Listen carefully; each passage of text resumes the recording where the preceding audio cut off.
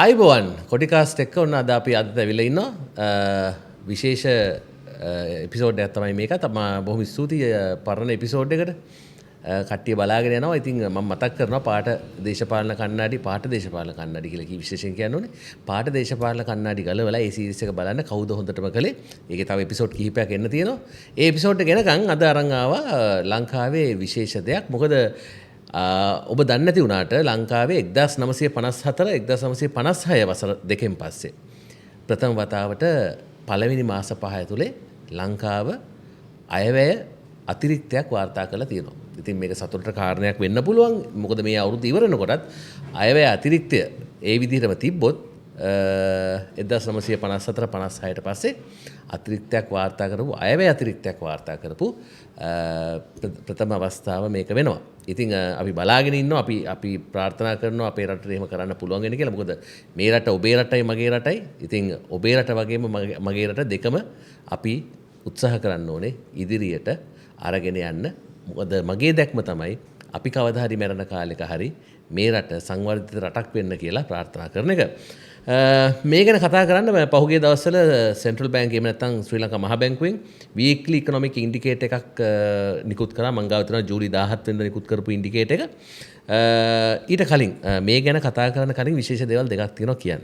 ඒ තමයි පළවෙනි දේ තමයි අයවැය අතිරික්තය සහ කරන්ට් account surplus එක. ඒ කියන්නේ ප්‍රාථමික ගිණුමේ අතිරික්තය කියලා දෙවර්ගයක් තියෙනවා. ඉතින් අපි දන්නවා දැන් මෙහෙමයි. දැන් මේ කතාව කියන්න කලින් මම මෙහෙම කියලා ඉන්නම්. දැන් සාමාන්‍ය ඕනම රටක තියෙනවා සමස්ත වාර්ෂික අයවැය අතිරික්තයක් තියෙන වෙලාවල් තියෙනවා. දැන් ලංකාවේ ගත්තොත් එහෙම 1954 වසර දලදේශීය නිෂ්පාදනයේ 0.5ක අතිරික්තයක් ආවා. 1956 වසර දලදේශීය නිෂ්පාදනයේ 2.2ක අතිරික්තයක් ආවා. එතකොට 1956 වර්ෂයෙන් පස්සේ කිසිම වර්ෂයක ශ්‍රී ලංකාව කිසිම වසරක් සඳහා අයවැයගේ හිඟය මිසක් අයවැය අතිරික්තයක් වාර්තා කරලා නැහැ. එතකොට මේ කතාවේ දෙවෙනි කොටස තියෙනවා අයවැය ජංගම ගිණුමේ අතිරික්තය. අපි කියනවා බජට් කරන්ට් account surplus කියලා. මේකෙදි වෙන්නේ රජයේ එදිනෙදා පරිභෝජන වියදම්. අපි කියනවා වර්තන වියදම් කියලා. ඒ එදිනෙදා පරිභෝජන වියදම් වලට වඩා රජයේ ආදායම වැඩි වීම තමයි මේකෙන් අදහස් කරන්නේ. එතකොට 1987 වසරේ අවසන් වලට වාර්ෂික මට්ටමින් මේ වගේ අතිරික්තයක් වාර්තා වුණා. ඊට පස්සේ ගිය අවුරුද්දේ 2025 වසරේ අවුරුදු 38කට පස්සේ තමයි පළමු වතාවට රජයේ අයවැය ජංගම ගිණුමේ සාධනීය අතිරික්තයක් වාර්තා වෙන්නේ. මේක දලදේශීය නිෂ්පාදනයේ 0.8ක් වගේ වෙනවා. ඉතින් මේ දේ එහෙම නැත්නම් සමස්ත වාර්ෂික අයවැය අතිරික්තය සහ අයවැය ජංගම ගිණුමේ අතිරික්තය. මම මේ කතා කරන්නේ ওই දෙකටම වැඩිය වෙනස් කතාවක් අද කතා කරන්නේ. ප්‍රාථමික අයවැය අතිරික්තය primary budget surplus 1992 2017 වසරවලදී ප්‍රාථමික අතිරික්තයක් වාර්තා වුණා. මේ ප්‍රාථමික අතිරික්තය කියන්නේ රජයේ සමස්ත ආදායමෙන් ණය ගෙවන පොලී වියදම් හැර අනෙකුත් සියලුම මෙහෙයුම් අඩු කරාම ඉතුරු වෙන ගාන තමයි මේ ප්‍රාථමික අයවැය අතිරික්තය කියලා කියන්නේ. එතකොට දැන් අපිට මෙවර ගියවරත් ප්‍රාථමික අතිරික්තයක් තියෙනවා. මෙවර වාර්තා වෙන්නේ මොකද්ද? මේ පළවෙනි මාස 5 ඇතුලේ සමස්ත වාර්ෂික අයවැය අතිරික්තයක් annual overall budget surplus එකක් තමයි අපිට වාර්තා වෙන්නේ පළවෙනි මාස 5 ඇතුලේ. ඉතින් අපි බලාගෙන ඉමු මේ වසර ඉවර කරන්න පුළුවන් වෙයිද කියලා අපිට annual overall budget surplus එක එහෙම නැත්නම් සමස්ත වාර්ෂික අයවැය අතිරික්තයක් එක්ක අපිට කරන්න පුළුවන්ද කියලා අපි බලමු. අපි යමු අපේ ડોකියුමන්ට් එකට weekly economic indicators by central bank 2026 ජූලි 17. එතකොට මේකේ අපිට කතා කරන්න තියෙනවා සාමාන්‍යයෙන් රියල් සෙක්ටර් එක තියෙනවා, මොනිටරි සෙක්ටර් තියෙනවා, ෆයිනෑන්ෂියල් සෙක්ටර් තියෙනවා, ෆිස්කල් සෙක්ටර් එක තියෙනවා, එක්ස්ටර්නල් සෙක්ටර් එක තියෙනවා. එතකොට මේක ගැන අපි කතා කරමු ටිකක් ඉස්සරහට. අපි රියල් සෙක්ටර් එක ගත්තම රියල් සෙක්ටර් එක ගොඩක් වෙලාට කියන්නේ මිල දර්ශකයන් ගැන. ඔබ දන්නවා ලංකාවේ තියෙනවා ජාතික එහෙම නැත්නම් National Consumer Price Index.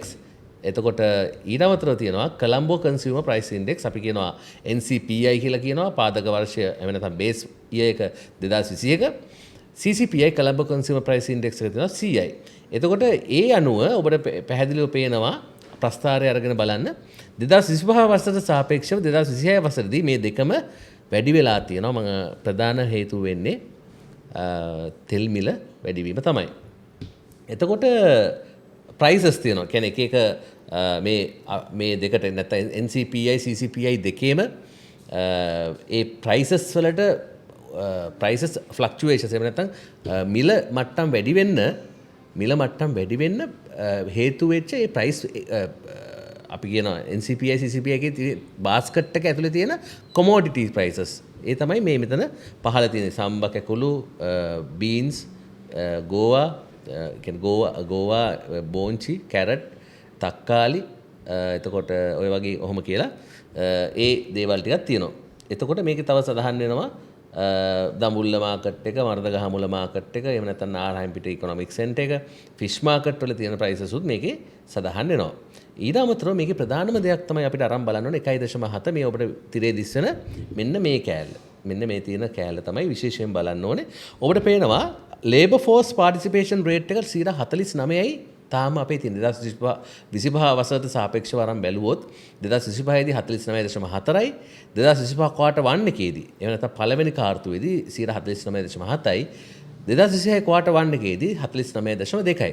ඔබට පේනවා යම්කිසි ප්‍රමාණයක් අඩු වෙලා තියෙනවා. නමුත් දැන් අපි ලේබර් අපි කියනවා මේකට ලේබර් ෆෝස් පාටිසිපේෂන් රේට් කියන්නේ ශ්‍රම බලකාය ශ්‍රමයෙන් දායකත්වය ලබා දෙන ප්‍රමාණය රටේ ජනගහනයෙන් 49.2ක් 2026 Q1 එකේ නැත්නම් ක්වාටර් 1 එකේ එහෙම නැත්නම් කාර්තු අංක එකේදී 49.2ක් ඒ තමන් ආර්ථිකයට තමන්ගේ දායකත්වයක් දක්වලා තියෙනවා. හැබැයි අමතක කරන්න එපා තාමත් අපේ රටේ 50%කට වඩා පොඩ්ඩක් වැඩි ප්‍රමාණයක් තාමත් ආර්ථිකයට දායකත්වය ලබා දෙන්නේ නැහැ. මේකට හේතු කිහිපයක් තියෙනවා. එකක් තමයි අපි නිකමට මේකෙන් කාන්තාවන්ගේ ඔබ දන්න ලංකාවේ වැඩිපුරම ජීවත් වෙන කාන්තාව පොපියුලේෂන් එකේ නැත්නම් ජනගහනයේ වැඩිපුරම ඉන්නේ කාන්තාව 52ක් 51 ගණන් අපි ආසන වශයෙන් 52ක් කියමු 52ක් විතර ඉන්නේ කාන්තාව 48ක් ඉන්නේ කවුද පිරිමි මේ පිරිමින්ගෙන් 75ක් විතර ලේබර් ෆෝස් එකට දායක වෙනවා නැත්නම් ලංකාවේ ආර්ථිකයට තමන්ගේ දායකත්වය ලබා දෙනවා නමුත් කාන්තාවන්ගේ පැත්තේ අරගෙන බැලුවොත් එimhe 52ක් වන කාන්තාවෝ දායකත්වය ලබා දෙන්නේ 24ක් 25ක් වගේ ප්‍රමාණයක්. ඉතින් මේක අපි ඉදිරියේදී කතා කරමු මේ වගේ ප්‍රශ්නයක් තිබ්බා ජපානෙත් ශින්සෝ අබේ කියන ජපාන ජනාධිපතිවරයා අපි ඒ ඉකොනොමික් පොලිසිස් වලට කියනවා ඇබනොමික්ස් කියලා. ඒක ගැන අපි වෙනම එපිසෝඩ් එකකින් කතා කරමු. එයා මොනවද කරේ මේ කාන්තා විරකියාව නැති කරන්න. කාන්තාව ලේබර් ෆෝස් එකට ගන්න මොකද කරේ කියලා අපි වෙනම එපිසෝඩ් එකකින් අපි කතා කරමු. එතකොට දැන් මේකේ හැටියට දැන් අපි මං කිව්වා 20ක් 25ක් තමයි කාන්තාව වැඩ කරන්නේ.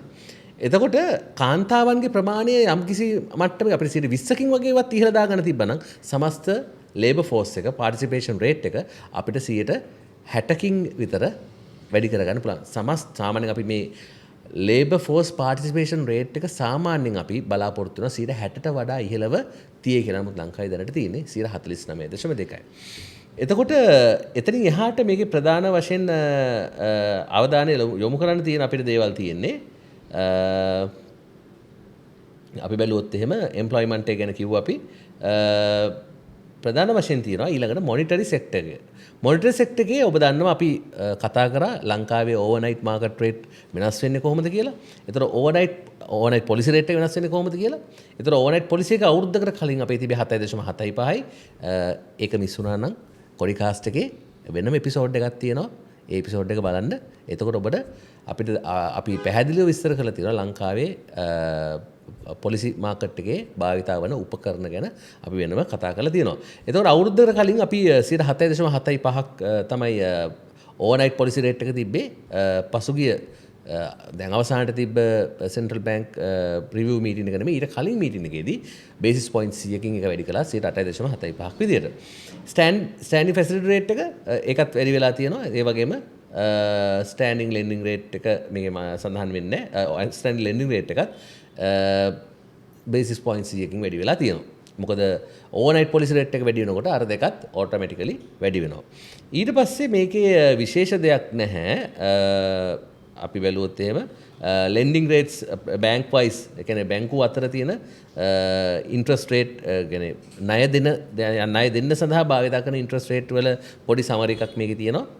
එතකොට ඒ summary එක අපි අරන් බැලුවොත් එම එකපාරටම අපිට පේනවා කාගිට්ස් බැංක් එකේ lending rate එක පොඩ්ඩක් වැඩි කියලා. එතකොට ඊට අමතරව 11% ඉන්නවා මුස්ලිම් කමර්ෂල් බැංක් එක. එතකොට NDB බැංක් එක සහ අමානා බැංක් එක ඉන්නවා. ඊට අමතරව යූනියන් බැංක් ඉන්නවා 12%. එතකොට අනිත් බැංකු 10% මට්ටමේ තමයි තියෙන්නේ. එතකොට අපි ඊළඟ එක මනි සප්ලයි එක ගැන අපි වෙනම කතා කරා. ඔබට මතක ඇති වෙනම එපිසෝඩ් එකකින් කතා කරා ලංකාවේ M1 M2 M2B කියන මොනවද කියලා. ඒක ගැන පොඩ්ඩක් හොයලා බලන්න. නැත්නම් අද එපිසෝඩ් එක අපිට ඉක්මනින් ඉවර කරගන්න බැරි වෙනවා. එතකොට රිසර්ව් මනි ගැන අපි කතා කරා. මම හිතන්නේ නෙක්ස්ට් වොච් එකෙත් අපි කතා කරා වෙනම එපිසෝඩ් එකක් මේක ගැන මේ මනි සප්ලයි එක සහ රිසර්ව් මනි කරන්සි සර්කියුලේෂන් ගැන. ඒක පොඩ්ඩක් හොයාගෙන බලන්න.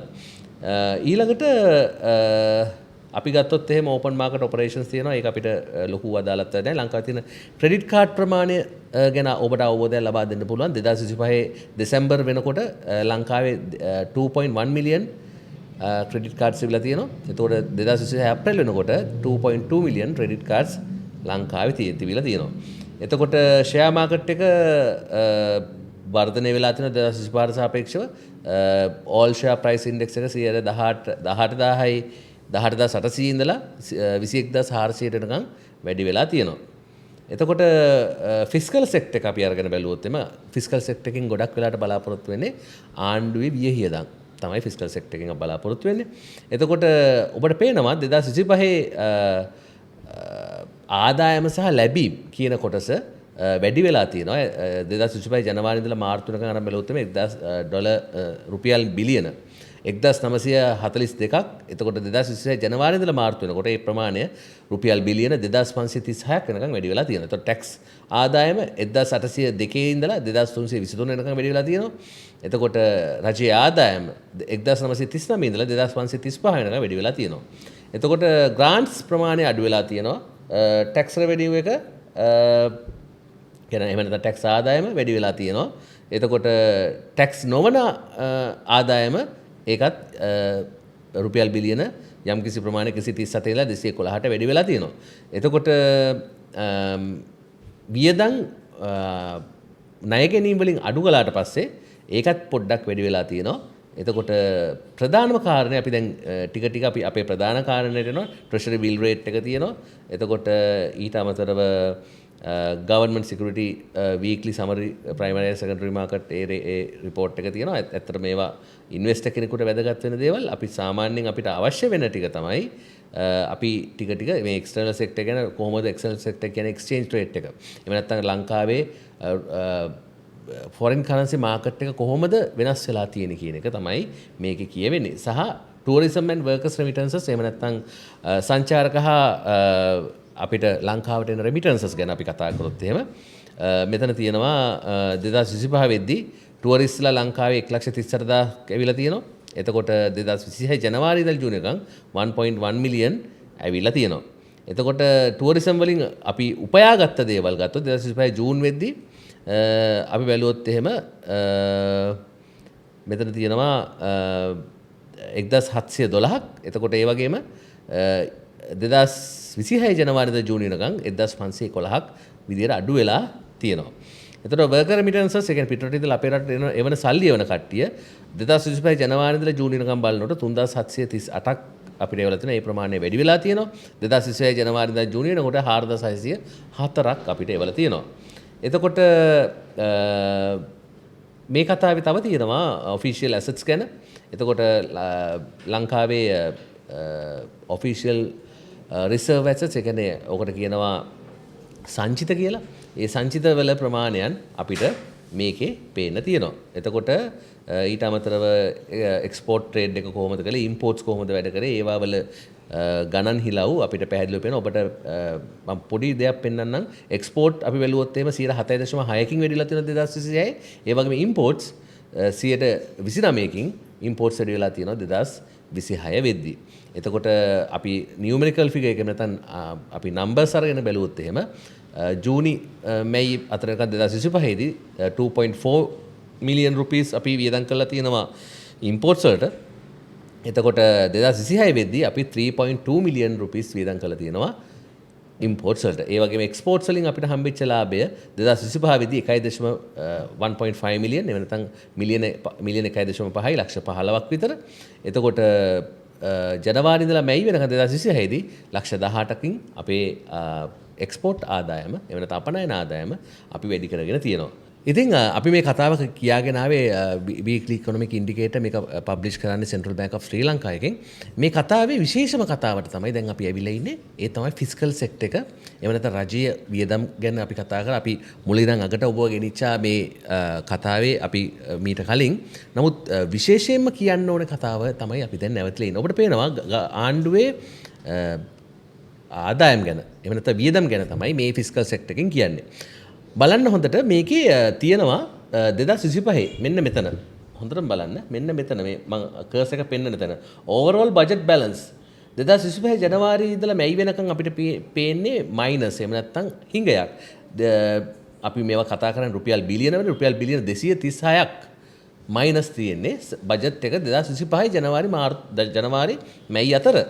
එතකොට 2026 ජනවාරි ඉඳලා මැයි වෙනකොට මොකද වෙලා තියෙන්නේ? ඩොලර් බිලියන 197ක් ලංකාවේ ආණ්ඩුව එහෙම නැත්නම් අපේ ට්‍රෙෂරි එක අපේ මහා භාණ්ඩාගාරය බජට් සර්ප්ලස් එකකට ඇවිල්ලා තියෙනවා. මේක කරන්ට් account සර්ප්ලස් එකක් නෙමෙයි බජට් සර්ප්ලස් එකක්. බජට් සර්ප්ලස් එකක් නිසා තමයි අපිට මේක මෙච්චර වටින්නේ. කියන්නේ ලංකාවේ ආණ්ඩුව මූල්‍ය විනයතින් ගත්තම ඉතාමත් ඉහළ තැනක ඉන්නවා කියලා මේ අපි කතා කරන ඩේටා අරගෙන බැලුවම අපිට පැහැදිලිව පේනවා. ඉතින් අපේ බලාපොරොත්තුව තමයි මේ තවත් වැඩිපුර ලැබිලා අපේ රටේ මිනිස්සුන්ට ලැබෙන්න තියෙන සහනයක් ඒක ලබා දෙන්න පුළුවන් වෙලා ඒ වගේම අවුරුද්ද අවසානයේ වෙදී මේ බජට් සර්ප්ලස් එක තව තවත් වැඩි වෙලා අද ඉඳලාවත් ඉදිරි අවුරුදු වලදී බජට් සර්ප්ලස් ගානේ වැඩි වෙන්න. එතකොට අපිට පිට රටවලින් ණය ගන්න අවශ්‍ය වෙන්නේ නැහැ. අපි අඩු මුදලට මෙතුවක් කාලයකට අපේ බජට් ඩිෆිසිට් එක නැත්නම් අපේ රටේ තියෙන බජට් ඩිෆිසිට් එකක් තිබ්බා. ආදායමට වැඩි වියදම් වැඩි. ඒකට පොලි එකතු වුණාම ඊටත් වැඩි. ඒක ගොඩක් වෙලාට 5ත් 6ත් අතර බජට් ඩිෆිසිට් එකක් තිබ්බා. ඕක ගොඩක් වෙලාට අපි කලින් ආණ්ඩුවලදී ලෝන්ස් අරගෙන තමයි සෙටල් කරේ. නමුත් මේ විදිහට යනකොට අපිට කවදාකවත් අවශ්‍ය වෙන්නේ නැහැ ලෝන්ස් ගන්න පිට රටවල් වලින්. ඉතින් කොඩිකාස්ට් එකේ අපි හැමදාම කතා කරන්නේ ලංකාවේ දියුණුව ගැන, ලංකාවේ ආර්ථික දියුණුව ගැන, ඒ වගේම ලෝකයේ ආර්ථික කතාත් අපි අරගෙන යනවා. ඉතින් මේ කතාවත් බලන්න, ලයික් කරන්න, කමෙන්ට් කරන්න, සබ්ස්ක්‍රයිබ් කරන්න, ෂෙයා කරන්න අමතක කරන්න එපා.